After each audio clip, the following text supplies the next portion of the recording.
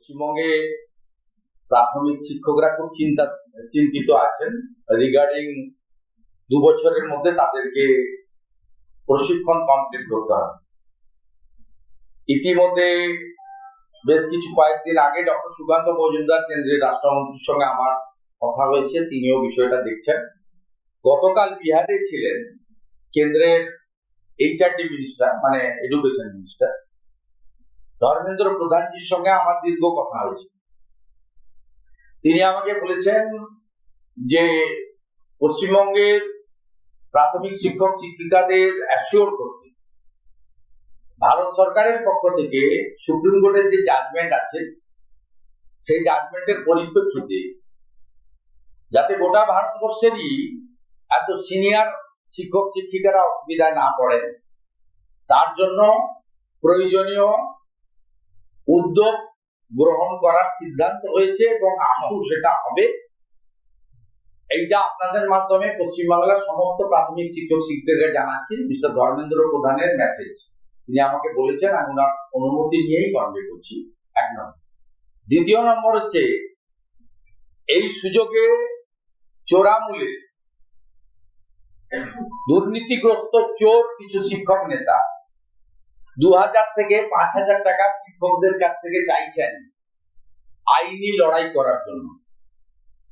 আমি হাফ বেতন পাচ্ছেন শিক্ষকরা, 40% ডি এর গ্যাপ, 7th পে কমিশন হয়নি, 8th পে কমিশন তো প্রশ্নই নেই, 6th পে কমিশন 2015 সালে হয়েছিল, 20 সালে এফেক্ট হয়েছে। আজকে গোটা ভারতবর্ষে 7th পে কমিশন ইমপ্লিমেন্ট হয়ে গেছে এবং 8th পে কমিশনের কমিটি তৈরি হয়ে গেছে, কেন্দ্রীয় সরকারও বানিয়ে দিয়েছে। কেন্দ্রীয় সরকারের সঙ্গে মহার্ঘ ভাতায় পেনশনার্স এবং এমপ্লয়ীদের গ্যাপ 40%। আমি আমার সম্মানীয় প্রাথমিক শিক্ষক শিক্ষিকাদের অনুরোধ করব, বিষয়টা সর্বভারতীয় স্তরে সুপ্রিম কোর্ট রিলেটেড। মাননীয় শিক্ষামন্ত্রী ধর্মেন্দ্র প্রধানজি, শিক্ষা দপ্তরের মাননীয় রাষ্ট্রমন্ত্রী ডক্টর সুকান্ত মজুমদাররা এই বিষয় নিয়ে দেখছেন।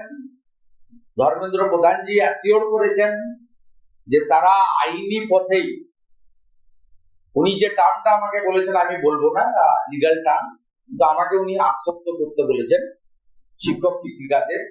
আর তার সাথে সাথে আমার পরামর্শ আপনাদের বন্ধু হিসেবে, আপনারা এই চোর তৃণমূলের কোন নেতাকে এই যে লিগ্যাল ব্যাটেলের জন্য 2 থেকে 5000 টাকা চাঁদা চাইছে দেবেন না। যদি 10,000 জন 2000 টাকা করে দেন, কত টাকা হচ্ছে বুঝতে পারছেন? দয়া করে এটা করবেন না, আমি আপনাদের বলছি। এর বাইরেও আপনাদের যদি কোনো টিম করে, অনেক নন পলিটিক্যাল অর্গানাইজেশন আছে, বিজেপিরও শিক্ষা সেল আছে, অন্য দলেরও আছে, তৃণমূল কংগ্রেস ছাড়া অন্য কেউ কোন শিক্ষা সংগঠন অরাজনৈতিক রাজনৈতিক যদি বিরোধী দলনেতার সঙ্গে দেখা করতে চান, মেল করে আমাকে জানাবেন।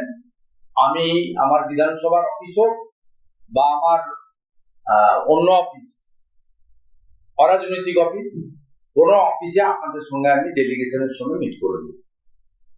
আপনাদের যদি এই বিষয়ে আরো বিস্তারিত জানা থাকে, ছোট্ট টিম নিয়ে এসে মিট করে বাকিদের কনভে করে দেবেন। দয়া করে চোর তৃণমূলকে 1 টাকাও চাঁদা দেবেন না। আপনারা এমনিতেই কষ্টে আছেন, 8 টাকা এদেরকে দয়া করে দেবেন না। টাকা মারার ব্যবস্থা করুন, মানে যাতে সুযোগ না পায় সেটা দেখুন।